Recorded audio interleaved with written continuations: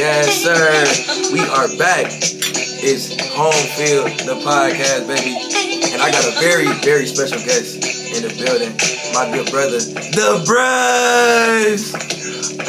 My boy, Ralph Holley, man. Mr. Mac, all Mac second team, right? Okay, all Mac second team. And then you like top 25 D-line prospects for the 22 NFL draft. So I got top-notch content coming. I got top-notch company sitting next to me, man. And I could be more excited, bro, because you hopped on my ass because you want to know hood philosophy. Yeah, bro. You thought you was going to shut the whole thing down, but it's all right because we here now. Yeah, we You know what I'm saying? We here now. But that's what's up, man. Welcome to the show, bro. And thank you for taking the time up because you're extremely busy. Like, extremely busy. You know, practice, school, you know, you having all types of conversations with, you know, next level people, bro. Your time is real short. And thanks for making time for me, you know what I'm saying, and coming and being my first guest. Nah, bro, I appreciate you for having me, man. You know, you my dog, you my brother, man, you know. And I'm just honored to be on here with you, man. I appreciate it. So tell us a little bit about yourself, man. Like, you feel me? Where you from? Cause we were just kind of chopping it up before. Yeah. You know, I pressed record.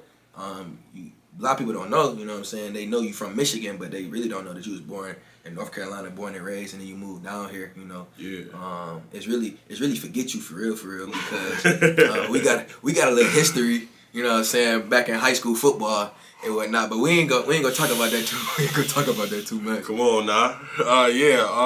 Well, I was born and raised in Washington, North Carolina. Okay. A little farm town. It's about an hour away from Raleigh. Mm-hmm.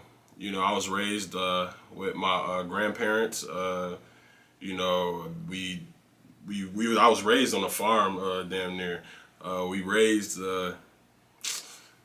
pigs and chickens, man. Okay. And you know, I lived there from you was up at the crack of dawn when the roosters was crowing. Bro, yeah, I know how to gut a pig. I know how to cut a chicken head off. All country that. boy, Yeah. real spill. Yeah. Okay, bro. I can dig it. That's what's up though, because like those are skills that, you know, that people like, you know, up north kind of, like black folks up north don't really have. You know what I'm saying? 'Cause we just don't, unless you grow up in a town, in an area like that when it's real rural and you got farms and you got to take care of livestock and stuff like that. We don't really get that experience. So having that skill, you know, and being able to be like, hell yeah, I can gut a pig. Right? Yeah. You know what I'm saying? What bacon you want? Exactly. You know what I'm saying? You want the thick cut, thin cut? Not the thick cut. You split it right down the middle. You cut its neck, bro.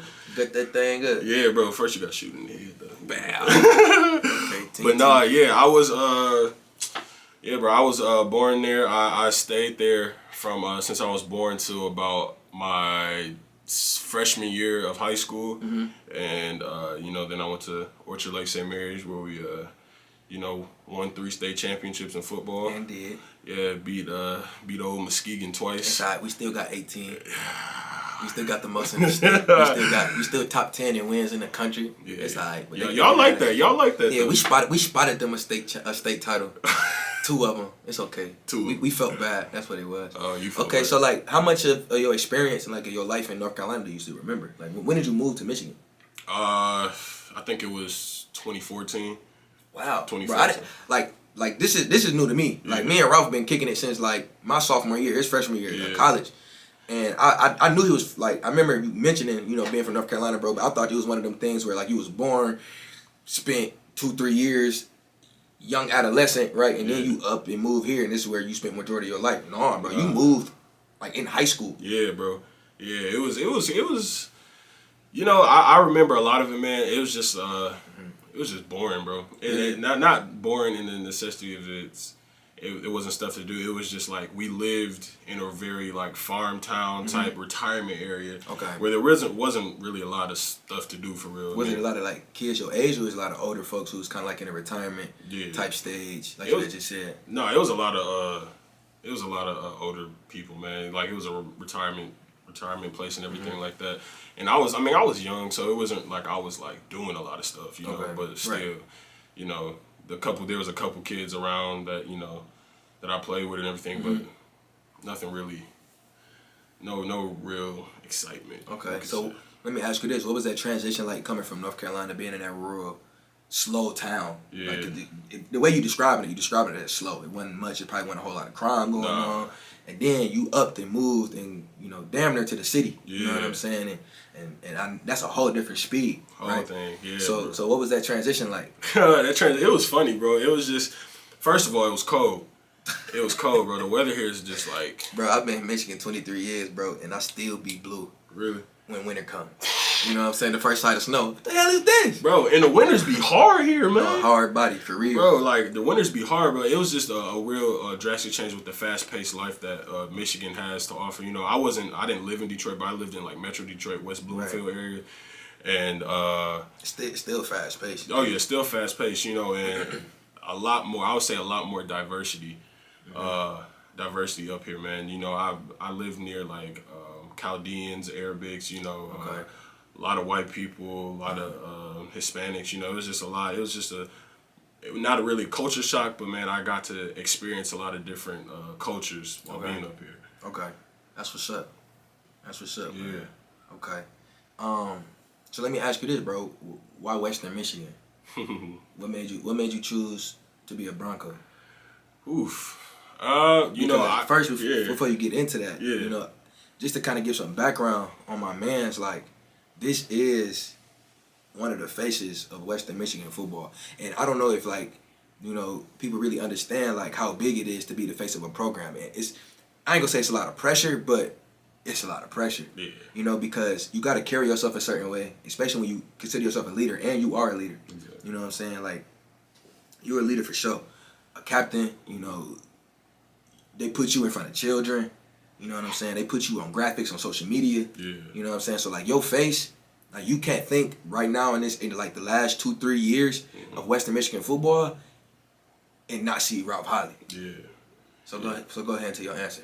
Yeah, man, that's all true, bro. The whole reason why I like picked Western, bro, is just because, to be honest, the Kalamazoo area, bro, it was just like when I first came here as an 18-year-old, man, I was looking for like really, so to speak, homey place. Okay. That I wouldn't just feel like it's too big for me and everything like that, you know, because I had offers. I had an offer from Michigan State and a lot of other places. I had the entire MAC that offered me too. Okay. And, you know, I just wanted to find a place that I felt comfortable and that had the diversity aspect that I was looking for.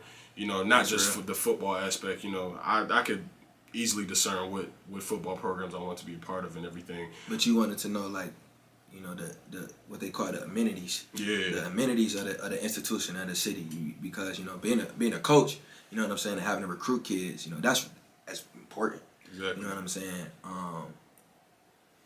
Being able to be a part of a football program, yeah, it's cool, right? Mm-hmm. But yeah, as a student athlete, you spend a lot of time in that program, in the facilities and things like that. But you also got free time, right? And you also got opportunities to explore and do things. And you don't want to be in those places where, you know, Washington, North Carolina. Yeah. You know what I'm saying? Where it's like slow, ain't nothing to do. Exactly. You know what I'm saying? You got to drive an hour or 45 minutes to go find some excitement and get into something. Exactly. You know what I'm saying? And I agree with you because, you know, I played ball at K College, bro, and that was kind of one of my deciding factors was the environment I was gonna be around. Mm-hmm. You know, and Kalamazoo for sure is a college town. Yeah, there's 3 institutions here: KVCC, K College, and Western Michigan. Exactly. You know, that's like 30% of the Kalamazoo, you know, city population is college students. College students, bro. And it's like not even the football aspect, bro. Like, you're living here, bro. Like, facts. Like, this is home. Yeah. Like, when people be like, where you going? I'm going to the crib. Oh, back to Muskegon? Nah, Kalamazoo. Yeah. For real. For real. Like, where you live at now? Kalamazoo. Like, I'm not in this, like, I can't remember the last time I was really in the ski for longer than probably like 6 hours. Yeah, bro. Like my OG passing was the last time I was in Muskegon longer than for days at a time. Okay. Yeah, that makes sense. Because, like, bro, like, I mean, you got all your essentials here. I mean, you got, your job, which is either your job is football, you know, school, or an actual job. Job, right. And you got everything here, man. It's like you set your life up here for, like, the next 4 to 5 years. And you have to be comfortable in the setting you're in. Absolutely. In the environment you're in. Absolutely. I feel like Western really provided that for me. And, you know, I came in during the Fleck era. Right, and that's when things were booming. Because I remember 2016, was you in school? You still in high school? Yeah, I was in high school. Bro, the world went left. with 2016 left. Yeah, you know what I'm saying? 2016 K-Zoo, like people still talk about that to this day. Bro, that's like that was iconic. Kalamazoo, bro. It was combo year. So much going on, right? From the football aspect, when they had college game day come down here, but like, it was just lit. Like the people here was just a different vibe. You know what I'm saying? It's a little watered down now, just because of things, and especially because of the pandemic. Exactly. But like 2016 Kalamazoo, unmatched. Not gonna lie to you. Crazy. Unmatched. Cause you was up here for visits and just kicking it with mugs, bro. And it was people just going crazy up here, bro. Cause they were just when I had my official visit. I think it was 2017. It was January 2017 when I had my official visit, bro.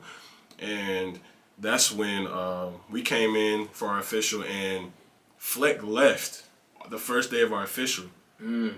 He left the first day of our official, and then we met Lester the second day of our official visit. And that's the new head coach. Yeah, Tim Lester. He's the new head coach, and we met him the second day of our official. So it was just like a real dynamic change and everything. Let's talk about that, bro, because let's talk football real quick. Yeah. It's a lot of turnover going around with coaching jobs, especially especially Power 5. Like LSU, had Ed Orgeron, now it's Brian Kelly. Exactly. University of Miami had Manny Diaz, now it's the Cristobal dude from Oregon. So now the Oregon job is up, right?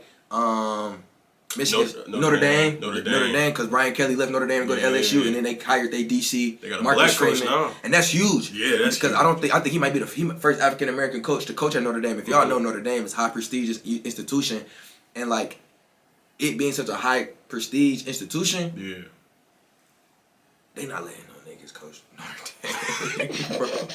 But it's like it's groundbreaking. Yeah, you know what I'm saying? Because that is. I think Notre Dame might be one of the top 5 noticeable brands in the world. Yeah. That's include like Nike, Beats, whatever, Apple, yeah. all that stuff. Notre Dame is like in a top percentage of recognizable brands, and that's huge. What else? Lincoln Riley coming from Oklahoma, going to USC. Okay, so let's talk about that real quick, because Lincoln Riley is a dog recruiter. Oh, yeah. You know what I'm saying? And Oklahoma's always in the top 5 for recruiting classes. Oh, by far, yeah. Him going to USC, which is a blue blood of college football, it hasn't been of late because of the sanctions and whatnot that happened after the situation with Pete Carroll and all that stuff, and they took them scholarships away. But I think he has the ability to bring them back up to that stature of where they once were, kind of like on some hardball and Michigan shit. You know what I'm saying? But the quarterback, like the number 1 quarterback in the country, was committed to Oklahoma. And then he decommitted. Lincoln Riley went to USC. He commits to USC. Yeah. So you were recruited under the Fleck era, right? Mm-hmm. You met him the first day of your official. Yeah. Dog dip go to Minnesota. Yeah. Now Lester's the coach. Why didn't you switch up? Bro, cause why didn't you go elsewhere? Man, it was like that whole time period, bro, was just crazy, bro. Cause like when Fleck first left, bro, he had texted a couple individual players on the recruit visit. Mm-hmm. Like, he was just like, I want to continue this dream that we have, yada yada yada, and take it to Minnesota. Basically extending that offer to Minnesota. Okay. He offered them that day at Minnesota, so he took like 3/4 of my recruiting class. Like the starting quarterback was supposed to be here. The starting quarterback from Minnesota was supposed to be here.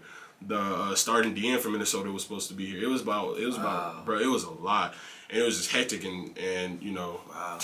it was just real chaotic, bro. And I bet I wasn't comfortable just going to a school that I haven't even, regardless of the stature of the school, man. I just wasn't comfortable, like really just dipping on something that I had, set my mind on and did my research on, Right. So it was a thing of, and I wanted to play my freshman year too. Okay. I wanted to play. And that's important. And that was important to you. And that was important because you going from what they call a group of 5, right, which is the MAC and other smaller conferences, and then you had potential opportunity to go Power 5, exactly, right, which is like Big 10, SEC, ACC, Big 12, Pac-12, exactly, right. So let's have like you about to reach a milestone, like you up out of here. Yeah. You finna graduate December bro. 18th, right? Yes, December sir. 18th is your graduation date. Mm-hmm. Let's reflect a little bit. Let's reflect a little bit on your time here at Western, your time being a college student athlete, your experience being a brush. Like let's talk about that because we know at pause. before we go there, let's give out some free game. Yeah. Let's give out some free game to the young men or young ladies who are going to listen and view this. Give them some game about how to handle yourself through the recruiting process. You know, because I was recruited and then I recruit. You were recruited, right? Yeah. So I know how to navigate both sides of it, right?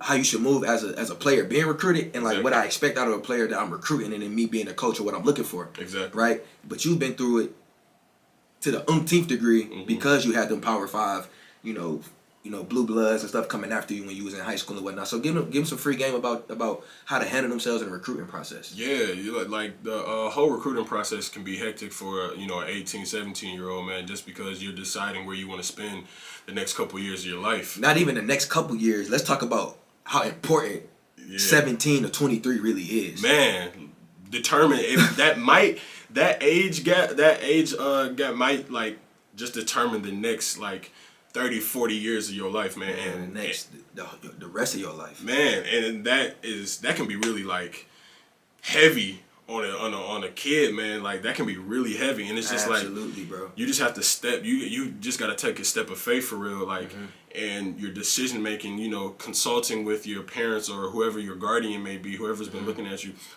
you. You know, you just have to. You really have to have a group of people that have your best interest, that you're just not making a decision on your own. So how heavy were your parents and then like your coaches and stuff? How heavily involved were they in your recruiting process? Oh, very heavy. You know, even now, like, you know, in the process of, you know, picking an agency and everything like that. That's good. You out here that flex? Y'all hear that flex? My baby say he picking an agency. We gonna talk about it a little later. He shared something with me. Like, look, if y'all don't see me in Michigan for like 2 months, call Ralph. Hey, it's just, bro. It's just, you know, having those people behind you, man. Like my parents, my mom is a lawyer specifically, man, and she knows the questions to ask, bro. Man, my pop's the same way, bro. Bro, like how to like discern different contracts and stuff like that. Cause man, the NIL letter that you, not the NIL letter, but the what's the letter called that you sign to when you sign over to a college? Your national letter of intent. Yeah, the national letter of intent, bro. You are signing your name over to a university for 4 to 5, 6 years, however long you stay there, and you have to abide by all these credentials that you sign by. And my mom, you know, she looked through everything. She's like, so why does he have to do ... And it's probably almost like, damn, can I just sign? Exactly. Like, I don't want to go play ball, bro. Exactly. But no, like these are things, you know, that we as young men, like, and as young people, we kind of, you know, try to rush through, right? And my pops used to always tell me, like, stop doing stuff just to be done. Take that extra second, take that extra minute, or whatever it is, and really slow down and think about what you're doing. Because a lot of mistakes people make because they're just moving too fast. They just move too fast. They just want to get to point A to B, and they don't want to do checkpoint. It's checkpoints you got to get to. It's like at work, bro. I was doing a module, or like some training. Yeah. You know what I'm saying? You got to start of a module, end of the module, then you got to answer the questions. Exactly. I'm not going through that whole module, bro. You know what I'm saying? Yeah. I'm trying to be done with this training. Yeah, I'm trying to get cheese. But at the end of the day, I could have been missing something valuable or something that could help me a lot. You know what I'm saying? In the modules. So I totally get your mom's, you know, especially her being a lawyer. You know what I'm saying? I already know what type of vibes and what type of energy she was bringing. Yeah, bro. Because my pop's a judge, bro, and I know the conversation me and him have had, and like I've seen him interact in certain situations and whatnot, and it's like, damn. Like I wouldn't have thought of that. I wouldn't have thought of that. Half of the stuff like my mom, like the questions she was just asking were just so precise and intentional. Intentional, bro. Like she was asking, she's like one question that my mom asked, like that stuck with me, was that she asked Lester. She was like, so how do you see in the next 4 to 5 years you preparing my son, you developing my son for his future? Like, not even in a football sense. Just professionalism. Professionally, bro. Like, as a man, because at the end of the day, me and my husband aren't going to be here. And she's like, so how are you going to, you know, foster my son in these growing years? Because, man, the growing years from 18 to 23, bro. 18 to 23, like, those are some of the most, like, crucial years of your young life, your young adult life. Like, you really are being dropped off to be on your own, and now you got to manage your own life. You know what I'm saying? Like, yeah, you could have been doing it at the crib, but you under your parents' roof. Exactly. You know what I'm saying? Like, you got access. I can go upstairs and go talk to them.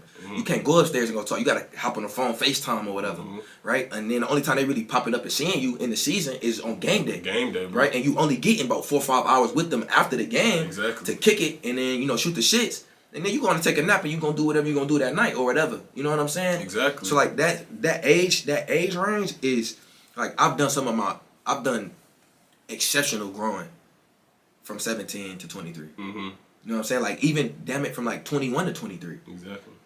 So, like, yeah, your mom's, Lester probably sitting there like, damn, like. Yeah, bro. I could tell he was low-key irritated, but he wanted me bad enough. I mean, I was one of the kids that didn't leave and go to and just run the flick type thing. So, you know, program. And he appreciated, and I appreciate that from him for just, you know, holding it down and like keeping my offer from Western, because I'm not even gonna cut. He took some kids' offers from Western that he didn't see like we needed them in the program. See, like, okay, so this another point, because you're on your way out the door. You can kind of start talking about stuff like this a little bit. Like, this recruiting game is treacherous. It's treacherous because, like, let's talk about that situation. Fleck leave, Lester comes in. Yeah. A lot of these programs, you know, you ever heard, like, if you ever hear coaches say, "I'm waiting to get in my guys." Exactly. Yeah. You know what I'm saying? Like, so all the dudes that Fleck was recruiting in your class that came in, that don't mean Lester wanted them. And as you have already, you know, identified, he got rid of some dudes. He snatched some offers from guys that I don't really think you would fit for this program. Or I don't really want this program. Or I got somebody else that I want and we need that offer. Exactly. We need to free that offer up for the guy that I want. Yeah. So I think, you know, you hit a great point of, you know, you want to play right away your freshman year or whatever, and, you know, you decided to stick it out and stay loyal to the program that you committed to. Exactly. Something that, you know, this recruiting game is, the people that be recruiting got to know is, when you are being recruited by somebody, they're committing to getting you to the institution and getting you in their program and helping you the way they can. Yeah. Right? So when you commit somewhere, commit to the program. You know what I'm saying? It be a lot of people, like the transfer portal right now, that shit like NFL free agency. It's going crazy. It's 15, 20 people going in every 30 minutes. Yeah. Like, after conference championship week, I think they said like almost 500 dudes into the transfer portal. Sheesh. Damn. You know what I'm saying? Yeah, like, that's bro. ridiculous. Like, between people not playing in bowl games and the transfer portal, the last couple of years, it's been ridiculous, bro. And bro, like, and that's the like fluidity of like, you know, college football and everything like that, bro. Like, the transfers, like, now that the NCAA done put that new rule in that you can transfer and not have to sit out a year anymore. Like, people are transferring just off rip like that, bro. Like, bro, it's people in the transfer portal that's probably like legit probably finna hit their third school. Oh yeah. Yeah. What's his name? Spencer Rattler. Bro, yeah, bro, I remember he was always committed to Oklahoma. He always been at Oklahoma. Okay. I got somebody in mind right now. Who? It's his quarterback. I know, bro. Where was he from? I know. I'm thinking a dude from Central. It's a dude like he was a dude quarterback at Central that played at Washington, transferred to Central, and now he back in the transfer portal. Like, it's people really like, you know, because before, I think it's really what it is. It's that rule, because beforehand you had to have like a special waiver to transfer and then play right away. Exactly. You know what I'm saying? Now you can just up and dip. Yeah. Or you have to be a grad transfer. Right, when you in grad school, you kind of start like your program over, you know what I'm saying, or whatever, and things like that. Nowadays, you don't even gotta sit out a year. Exactly. I could leave here and go there and start. Exactly, and you used to have to do an appeal with the NCAA and all this jazz and all that stuff. Like, it was a lot of hoops you had to jump through to transfer. Now, like, this junk is real live, like NFL free agency, bro. Like, yes, like we even. And then it don't make it no better that they got the name, image, and likeness deal now. So now you looking for a place where you can go and play right away, and that's gonna give you some cheese. And get you some cheese. Yeah, bro. And like that even adds another dynamic to recruiting. Bro, because I got this kid, 5-star kid, that I want in my program, right? And now I can get this motherfucker some money. Yeah. Legally? Yeah, bro. Like, it's dudes that haven't even played a down of football. Dude from Ohio State that just, the quarterback that forego his senior season, the number, I think he's like the second highest rated quarterback ever. You signed a deal for like a couple mil, didn't $2 you? million. Yeah, bro. Hasn't even played a down of college football. Yeah. He forego his senior year of high school to early enroll at Ohio State. Didn't play a down. Now he in the transfer portal, and he got $2 million off name, image, and likeness. Man, imagine an 18-year-old with $2 million. Like, come on now. Like, what he? Dude from Alabama, Bryce Young. He had $1 million deal before he threw his first college football pass in real life action. Man. So like, you know, like this recruiting game is different. It done changed, man. Since like we were being recruited. Absolutely. Since we was being recruited, bro. Absolutely. It changed. Like you said, now you can give players money, like without giving them money. Like you can give them opportunity. Like, 'cause I know Michigan State has a whole department dedicated to name, image, and likeness. You know, like partnering with certain you know banks or like certain companies and brands and stuff. It's like, okay, you come play at Michigan State. I got these 3 organizations and companies right now that want to go ahead and pay you to be a brand ambassador. Exactly. For lack of better words. Exactly. You can make $1 million if you come. Man, listen, I got $25,000 quarterly for you for the next 4 years. Exactly. And that's not even including the money that the university gives you, like from like your refund. Yeah, bro. That's light money though. That's light money. The refund is like, I'm finna go drop a chain type Yeah, pay. bro. Now if you really getting that type cheese and name, image, and likeness. But the other thing is everybody not getting no real money out of name, image, and likeness. It's mostly Power 5 though. Power 5, yeah. That has that access to those, you know, those those high companies that will help their athletes reach that type of cheese and everything like that. Because I know for us in a group of 5, man, it's more challenging. Like we get like, you know, little flash deals as in like body armors and, you know, we might get a sponsor from an alkaline water company or something, or even like local business. Exactly, local business. And in the local business, you're not really they're not giving you no pay. They're giving you free food vouchers, right? Yeah. Food vouchers, and like from smaller apparel companies, half off apparel or free apparel. Exactly.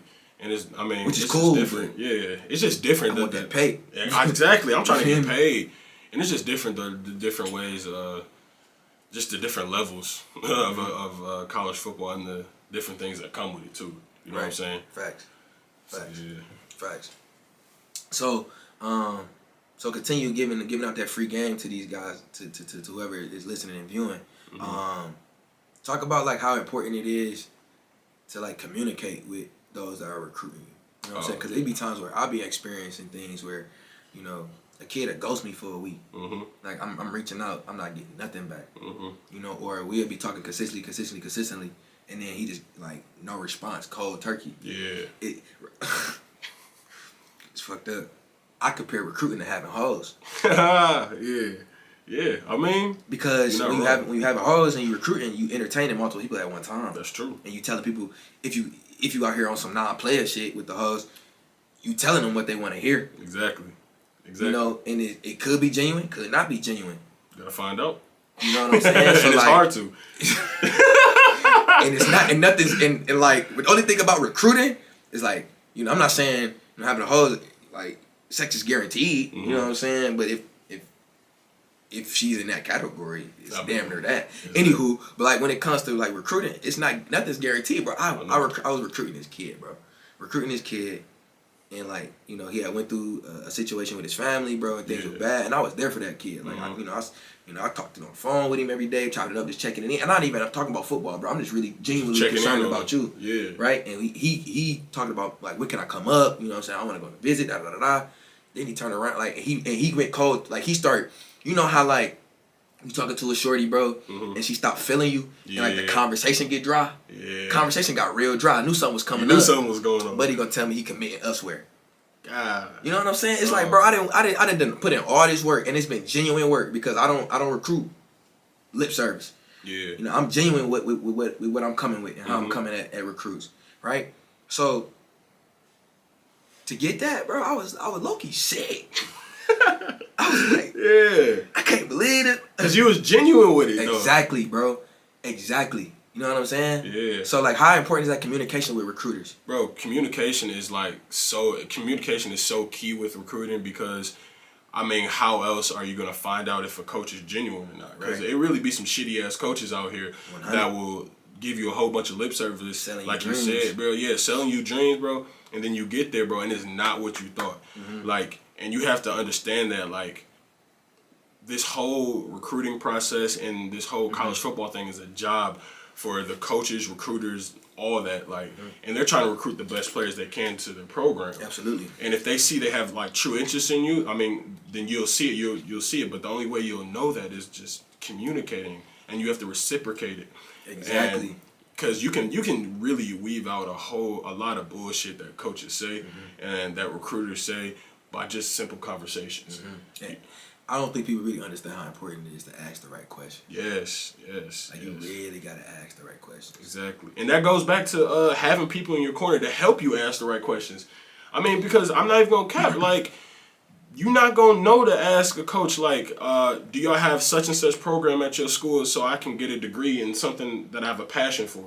They might just egg you on about the football aspect, but you also have to realize you're getting free college or getting discounted college. And they talk about football and they talk about integrative studies. Exactly. Like, bro, like, I'm not trying to get not to knock communications majors or anything, but I'm not trying to get a degree in communications, bro. Like, and that's all, like, that's like a, you know, like a status quo for, like, It's not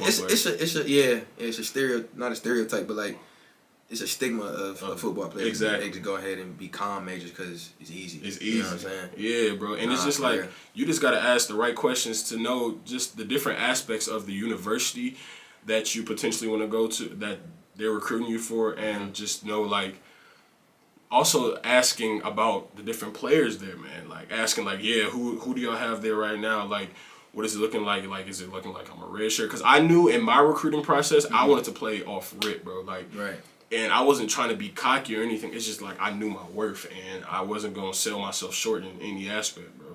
Like, and I came in, bro, and Lester came and really chopped it up with me and talked to, like, he's like, you put in that work, you know, you really dedicate yourself to the grind of everything. Yeah, bro, to the craft of it. He's like, I'll play you off rip, because I mean, one thing that I really liked is that they don't play favorites, bro. Right. Like, they don't play favorites, bro. And a lot of it's really political. It can get real political in college football, man. And it's just like, you have to make sure you have the coaches that are actual coaches and not just out there for the clout. They got your best interests at heart. Yeah, man. You know what I'm saying? And like, having the right people in your corner is so pivotal, because you could easily have the bad people in your corner, like, because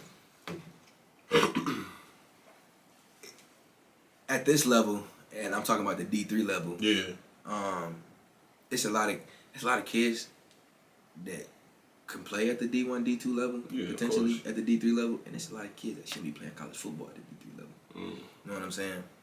So, like, you could easily be a kid who, talent-wise, like, you really should be at the D3 level, but people recruit off potential. You know what I'm saying? People see potential, right? Exactly. And you getting a whole lot of love from a D3 institution, and then here comes a D2. It's almost damn near, you could kiss as a D3 recruiter, D3 coach, when the D2 or an NAIA school come in, you could damn near kiss that goodbye, because it's a lot of people who, you know, get caught up in that. I want to play D1. Everybody want to play D1. Yeah. I want to play D1. You know what I'm saying? But I was realistic with myself. Like, could I have played D1? Probably not. Probably. Yes. I think you No. could. I'm going to say this. Hell yeah, I could play D1. Yeah. But I wouldn't have been the player and effective player as I could have been until, like, later on in my career. Right? Like, my freshman year, probably wouldn't have had a whole lot of success playing D1. know what I'm saying? D2, I can make some shit shake. D3 was a good space for me. Yeah. You know what I'm saying? Now, my junior senior year, man, what?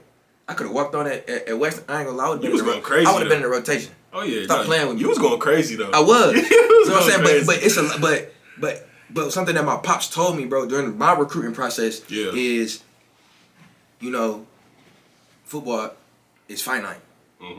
It's gonna end someday. Oh yeah. You know what I'm saying? Whether, like, you know, you've been playing since a young bull, high school, middle school, high school, college. You know, you got the opportunity to go play league ball, right? At some point in time, Rob, that's going to end, and you're going to be 35, 36 years old, and you got damn near 60 more years to live. In the field, not for long. Not for long. You know what I'm saying? So, like, my pops was telling me, like, okay, like, it's levels to this, D1, D2, D3, right? And I know you want to play D1, but let's be real. Let's go to a place, and let's think about places, and let's really tap into places and take the places serious. That's going to get us that longevity. That's, yeah. You know what I'm saying? Like, people really be caught up in the D1 hype. You know what I'm saying? Where, okay, yeah, you went D1, but you didn't play D1. Well, you really could have went D2 and been an All-American. Been an All-American. You got a preferred walk-on to go to such and such, right? But if you would have played D3, bro, you would have been a 4-year all-conference dude, had a great time, ended your career playing football, right? And you got a dog-ass degree. Now you can go do anything you want. And enjoy life, bro. But instead, because you had the wrong people in your corner, had the wrong mindset, and then had the right wisdom being poured into you, you made the decision to go play at a high level, and then you wasted years. Or you in the transfer portal, bouncing from institution to institution. Exactly. Trying to find a place, trying to find some film so you can go to the league. Nah, bro, you wasted 3 years because you could have went here and just grinded a little bit harder. Yeah. Right? Because it's not like people going to the league at D2. You know what I'm saying? It's not super likely. You know what I'm saying? But if you really, like they always say, it's a cliche. I was saying in my first episode, right? Cliches are cliches because they're true, right? So basically, I forgot what I was saying. We're moving on, bro. You was going deep. I was, bro. I forgot, bro. I just had like a real live. That's perfect. But we're gonna move into our next segment. All right, point, bro. So this segment of the show, I can't believe I just did that. This segment of the show, I call it the Keep It Player segment. Yeah. And with this segment, bro, I come up with a scenario or I come up with a topic and we just kind of chop it up. And I want to know your perspective on how you would keep it player in that situation. You know what I'm saying? So the topic that I want to talk about today is how to keep it player at the level that you are at with women. Because in this day and age, bro, it be like my biggest fear, like I don't fear nothing but God. You know what I'm saying? But and that's not even on some, you know, I don't fear nothing but God. I really don't fear nothing but God, right? But one of my biggest fears is, bro, is like being falsely accused or something, bro. Yeah, bro. And especially we both have seen a whole lot of Division I players, you know, and college players' careers ruined because of a false accusation of a sexual assault or something. Exactly. You know what I'm saying? So you being who you are, you know, the face of a program, a high character individual, right? And then having that opportunity to go to play league ball, you would $sign to some. I know. Right? Yeah. Or you would come up to some, or you know, that. Exactly. Right? So let's talk about like how you keep it player when it comes to the shorties around here. Bro, it's like it's really a thing of discerning character, bro. Like and it's not even like it's not even a thing of just looking like so deep into somebody or anything. I mean, because I'm pretty sure a lot of people, I mean, we in college, bro, a lot of people that had like one night stands and all that shit. So like it's just a thing of really communicating and having that clarity with the other person that, you know, you're potentially engaging in or you hanging with or something like that, bro. And like just really just being 100 with them. Like, you know how you always tell me honesty is one of the most important things. Absolutely. With an individual. You can't call yourself player if you out here being shiesty in line to get what you want, bro. Exactly. You gotta be honest with whoever you associate and interacting with. Exactly. And that whole aspect of honesty like really brings out like the truth in people, because once you being honest with somebody, I mean, they're gonna be honest back, and that you would hope so. You would hope so. You would hope so. You would hope so. Yep. And when that person like reciprocates what you reciprocating, bro, like you can hit it off sometimes. Facts. But it's a whole thing of also engaging in like, bro, like really just feeling the vibe with the person, bro, like and making sure like you are clear on like, what each person wants. Your intentions. And, bro, your intentions, bro. Intentions like, and bro, I just really, in my personal life, bro, when I interact with women, man, I have the highest respect for women. So, I mean, and I treat them as such, I'm never like an asshole to people or anything like that. You ain't out here calling women bitches and bro, and stuff like that. Never that. Excuse my language. Never that, bro. And it's just like you be yourself, and like you can discern, bro. I've gotten to the point where, and I've had multiple conversations with my father about this, because my dad is such a pivotal person in my life. Facts. And he has talks with me. He's like, you are now like a high profile person. And you now have to like conduct yourself as such. Absolutely. And you can't be sleeping with everybody and all that stuff. And I was just like, I understand. You just have to be careful about the people you interact with and in the settings you interact with those people in. Because I mean, like alcohol plays a huge part. Like I know, it's a college setting. Alcohol is fluid around here, and it's just like Sunday, Monday, man. Tuesday, Wednesday, Thursday, 3 times on Friday, 5 times on Saturday. For you. This ain't for me, bro. But that's for you. Dude, bro, I don't even drink hard liquor no more for real, bro. This is a social gathering.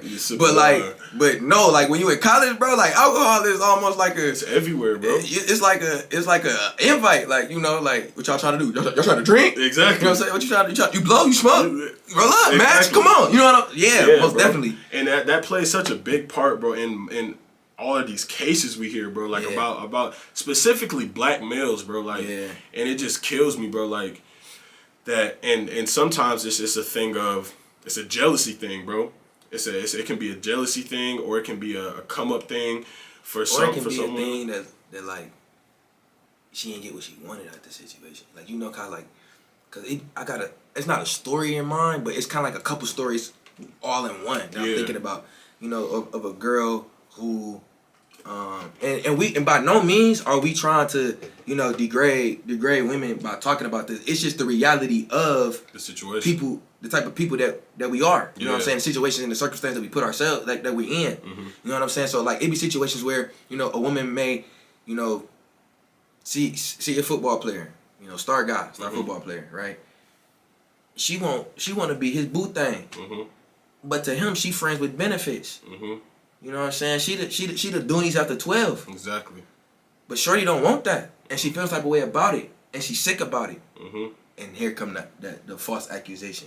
Exactly. And now this young man's whole life is damn near ruined, because people only remember you for real for like the bad that you do. Exactly. Like, that's true. That's something that people really like. You can do a million great things. That one bad but thing. that one bad thing, regardless of like how bad it is, it's gonna be somebody, and it's gonna be people that's only gonna identify you by that. Exactly. That's so true, and it's unfortunate like that the world works like that, bro. But it plays, and this thing plays on both parts, because there really are some niggas out there that are taking advantage of women, absolutely, bro. Which in no regards is okay in any way, bro. And it's just like, we gonna own our shit. Oh yeah, for sure. Like, it's the thing also from a woman's perspective that they have to find a man that's not like a weirdo, like a nigga that's not creepy, bro. Like, cause it's a lot of creeps out here. Lame ass niggas in the world, bro. Let's just be real. Like, especially people that's like, who got big cheese. You know what I'm saying? Like the cheese, and elevated them now. Like, regardless how much money you got, nigga, you still a lame. Exactly, you still a lame. Let's be real. Yeah, you might get another extra box or two because of the bands you pulling up, or the status that you hold wherever you at. But at the end of the day, bro, you still a weirdo lame. You still a lame ass nigga, bro. Like, and that shit, and it's the thing of another aspect, like another thing that to add on to your point is, in my personal life is keeping making the woman feel comfortable in my presence. Bro, that's damn near priority number one. Yeah, bro. Like if you coming into my space, yeah, like it's my priority to make you feel like you can be comfortable. Exactly. Like, you ain't gotta be on the edge of the bed. You know what I'm saying? Bro, with your hands in your lap, shorty, you can lean back and chill. Like because before I do anything, I'm coming consent. Always, bro. And it's just like. That's the biggest thing that I feel like a lot of these niggas out here just don't understand, bro. They almost feel entitled, right? Entitled to having sex with a woman, bro. Like, bro, you not about to like just cause she come over, bro, don't mean you about to like hit off rip, bro. Like, maybe she just want to chill and spend some time, like and kick it. And maybe I just want you to come over because I want to cuddle and kick it like that. Like put that thigh on me. Put that thigh on me, please. Bro, no, I feel it. Yeah, bro. And it's just like, I don't know. I just feel like a lot of men get that confused, bro. And even with the accusations, the whole accusation aspect of it, bro, I just feel like it's just it can be a really like messy situation when somebody's not feeling something else, bro. When there's uncomfort in the situation. Yeah, bro, and I just, it's unfortunate for the wrongful accusations that are out there, bro. But I stand with the women that are actually going through that. Absolutely, 110%. We're actually going through that stuff. I'm the type of man, bro, where it's like any ill treatment towards women, bro. Like, that's disgusting. That's disgusting, bro. That shit, you weak as fuck for real. You really, bro. Like, really weak. Like, you really need, like, every time you come around, you damn near need to be getting, like, slapped. Bro, oh, God. Like, for real, bro, because, like, especially black women, bro. You know what I'm saying? Like, all women in general, but, like, especially black women. You know what I'm saying? And we could, if we start this conversation, bro, this would be another 2 hours. Oh, God. You know what I'm saying? But, like, it's just so many, it's not hard. It's really not hard to be respectful of a woman. You know what I'm saying? And niggas be really making it hard, right? My mom used to tell me no means no. And sometimes yes means no. I'm going to say it again. No means no. And sometimes yes means no. Yeah. Okay. Yeah. Because I think that's where a lot of false accusations happen. That's true. Because, my baby, you really, like, yeah, this easy. If it's too easy, bro, you really, people be like, if it come easy, it's not worth having. Exactly. If that box really just came, like, you feel me? If the Doonies really came that easy, bro, it's abort. Leave. Abort. You know what I'm saying? Yeah. Because you gonna save yourself a world of trouble. And not even having that like waving over your head, bro. Like, and that's one thing. That's one thing to add on to your point again, bro, about keeping it player, bro. It's like, bro, that one night stuff, bro. Like, if it's too easy, bro, I like to genuinely get to know a person. Yeah, I'm not a huge one night stand person. Yeah, bro. Like, I want to get to know you and everything like that. Like, if I'm planning on kicking it with you, I'm gonna kick it with you. I'm gonna get to know about your personality and shit. Like, even if to be 100, bro, if I ever was like any one night stand that I've ever had, I vetted her beforehand. Like, we done chopped it up a couple days and maybe kicked it once or twice before I went ahead and made that decision. And then, you know what I'm saying, it probably wasn't him where I thought it was him. You know what I'm saying? I don't even want to do that no more. You feel me? That's probably how that ended up being that. Yeah. But I'm for sure, like, I'm not a type dude, I'm finna go to the bar, try to pick up some shit and go to the crib with it and then never talk to it again. Nah, that ain't me. Nah, bro. That ain't me. Yeah, because I'm straight on that. Yeah, nah, bro. I think that's good game. I think that's good game. You know, like, being a high character person, being respectful of women, bro. Exactly. And really, like, you feel me, knowing who you are as a man. And knowing what you want as a man. Exactly. You know what I'm saying? And that's keeping it player in that sense. That's keeping it player. Yeah. So we gonna talk a little bit more, and then we gonna wrap this thing up. So like I had mentioned earlier, let's reflect on your experience and your time as a Western Michigan Bronco, man. Let's talk about it. Yeah. So I mean, bro, I'm not gonna lie. I've honestly had an amazing time here in Kalamazoo. You know, it's been, I've had a lot of ups and downs and a lot of character builders through my time here at Western. You know, one of the biggest character builders being me joining Omega Sci-Fi. I mean, the greatest frat out there. You know? And, it just I got to meet a lot of strong, powerful black men that you know, I feel like I wouldn't have met like so easily like without the frat. You know what I'm saying? Like, absolutely. And these are my brothers. I'm talking about. Like, man, I'm meeting hot, powerful black men that just with great influence. Great influence, man. That showed me a lot about life that, you know, maybe I wouldn't have known just being on my own up here in Kalamazoo, man. Right. And I've met some of my greatest friends, man. You, for example, bro. 100 years, boy. Like, I've met some of my greatest friends, bro, through the frat, and that was one of the biggest character builders, like, that I've had in college, and also football, man, and just having the grind, bro. The grind of a college athlete, man, is just, I just feel like it's different, man. Hell yeah, it's different. And the thing is, bro, like, one thing I learned at K College is, like, a lot of people, when they looking for employees, they look for former college athletes because they know that they understand, you know, how to prioritize things, time management, you know what I'm saying, and whatnot. Exactly. So being a college athlete in that grind is not only going this has only laid the foundation for the rest of your life. Exactly. And how you gonna grind and how you gonna move and how you gonna operate. Yeah, bro.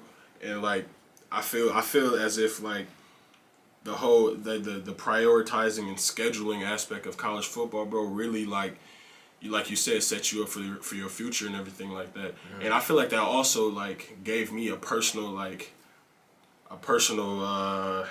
am I looking for? Just a motive in life of a way to conduct myself and conduct my business. It's like I have to get such and such done before I even think about doing this other thing. It gave you a blueprint. Yeah, man. And it's just like the football aspect has opened a lot of doors for me. Also in the Kalamazoo community, man, I've met some amazing people just off of the strength of me being a football player and me being just me being an influential person, bro. Because one thing that I stress is like I wanted to use my platform as, you know, a predominant football player here to not only just be a great football player, but also be involved in the community. Right. And you know, I worked at the Boys and Girls Club, man, which is a phenomenal job, bro. I met some great kids there, met some great people there. I'm there now. Yeah, and you get really into, bro. You get to see you really get to see Kalamazoo for what it is, man. You really get to see the community for what it is. You see kids, bro, coming in here.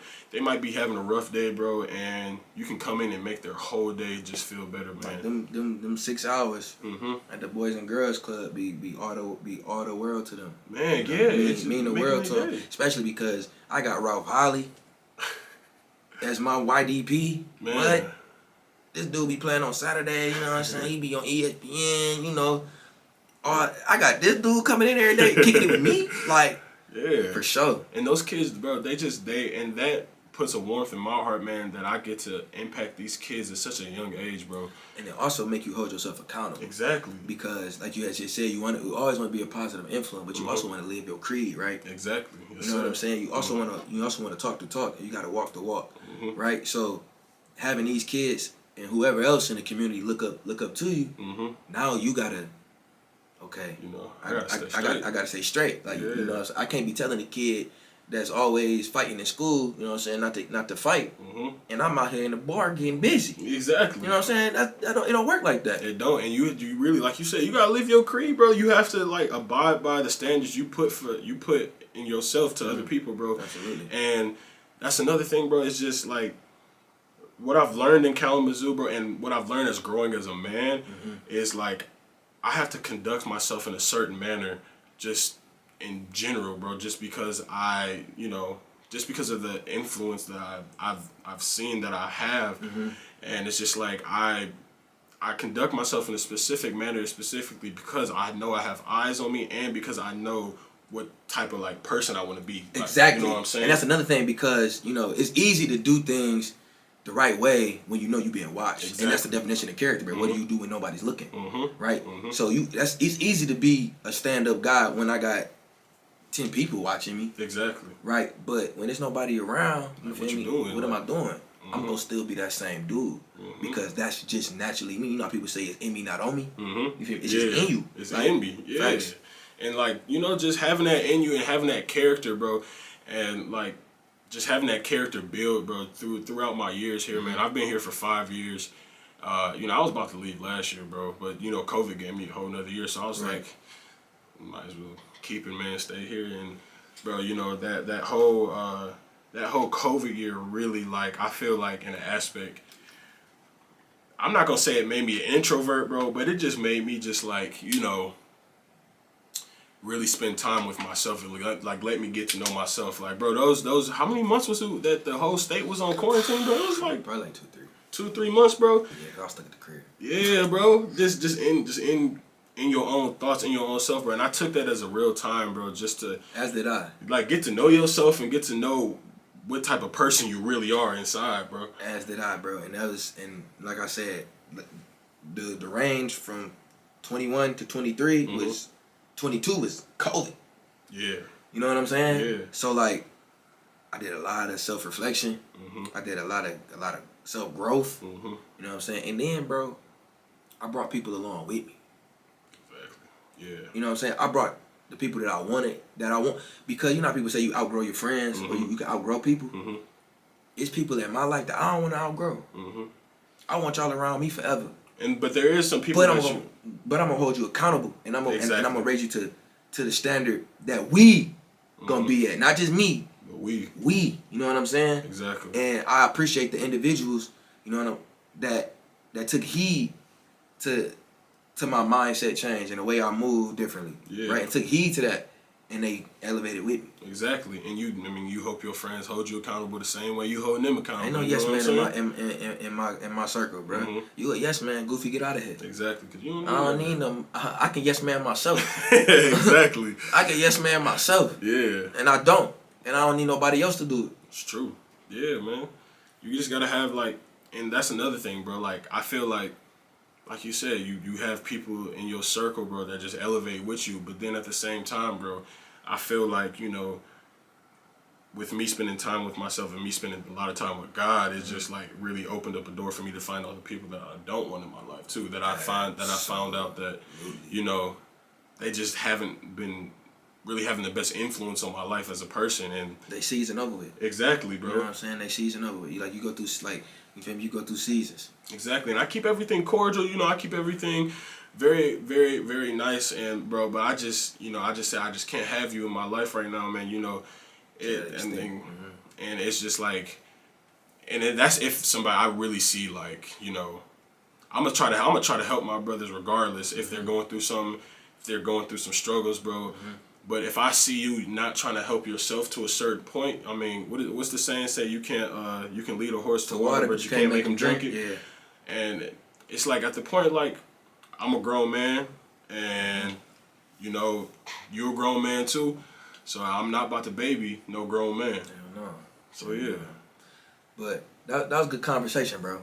That was real good conversation. That's real good content. And I want to give you your flowers now, man. Like, when I met you, bro, like, I automatically knew, you know what I'm saying, you was my kind of person.